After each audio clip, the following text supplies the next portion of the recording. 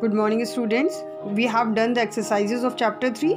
Today we will do the question answer of chapter 3.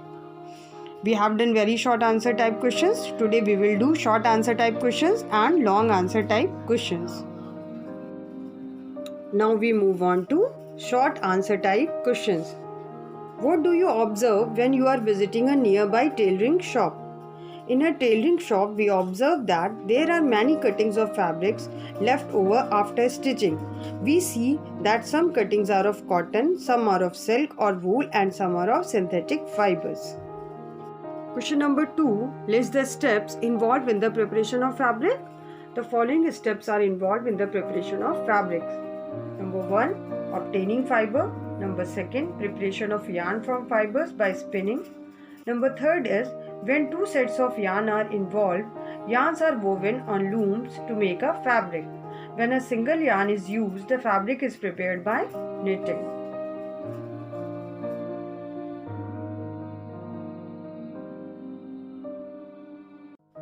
Question number 3. What are natural fibers? Explain with examples.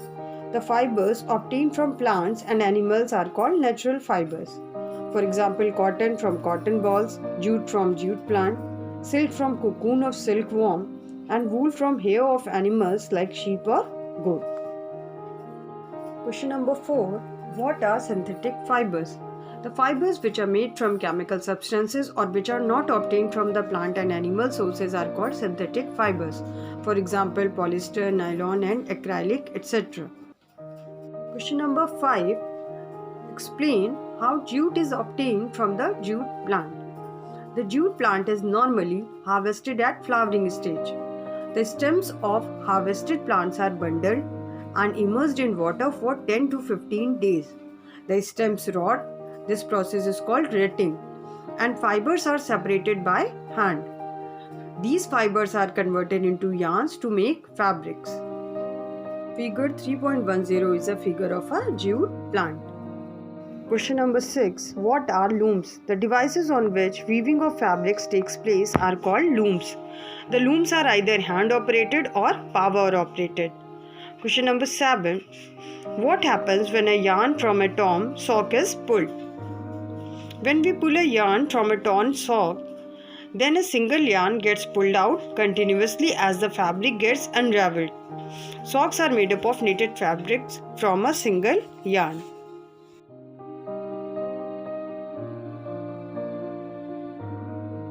Question number 8. What were the materials used by people in ancient times in place of clothes? Answer. It appears that in those days people used the bark and big leaves of trees or animal skin and furs in place of clothes. The bark and big leaves were used in summers and the animal skin and furs were used in winters. What happens when people began to settle in agricultural communities? Answer is, when people began to settle in agricultural communities, then they learned to weave twigs and grass into mats and baskets. Vines, animal fleece or hair were twisted together into long strands. These strands were woven into fabrics.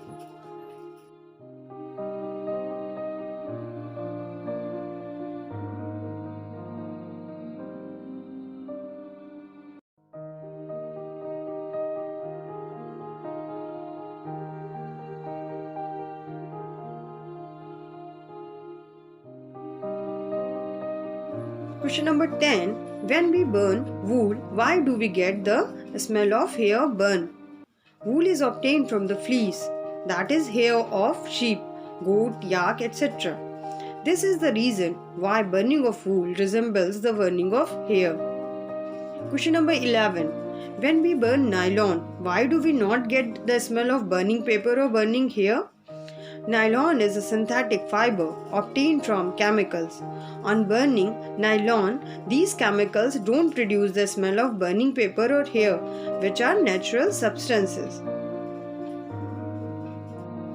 Now we move on to long answer type questions. Question number 1. Describe the process of the formation of yarn from cotton wool. The cotton wool is obtained from cotton plants. The cotton plants are grown in fields. They are usually grown at the places having black soil and warm climate. The fruits of the cotton plants, called cotton balls, are about the size of lemons. After maturing, the balls burst open and seeds covered with cotton fibers can be seen. From the cotton balls, cotton is picked by hands. Fibers are then separated from the seeds by combing. This process is called ginning of cotton.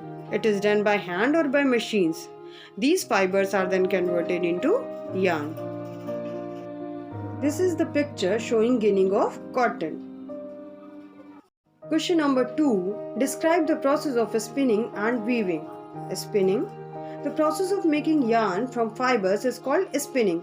In this process, fibers from a mass of cotton wool are drawn out and twisted. By these fibers come together to form a yarn. Spinning can be done by hand, by takli and charkha. On a large scale, spinning is done with the help of machines.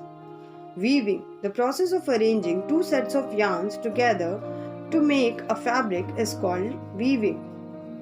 The process of weaving can be done on looms. The looms are either hand operated or power operated.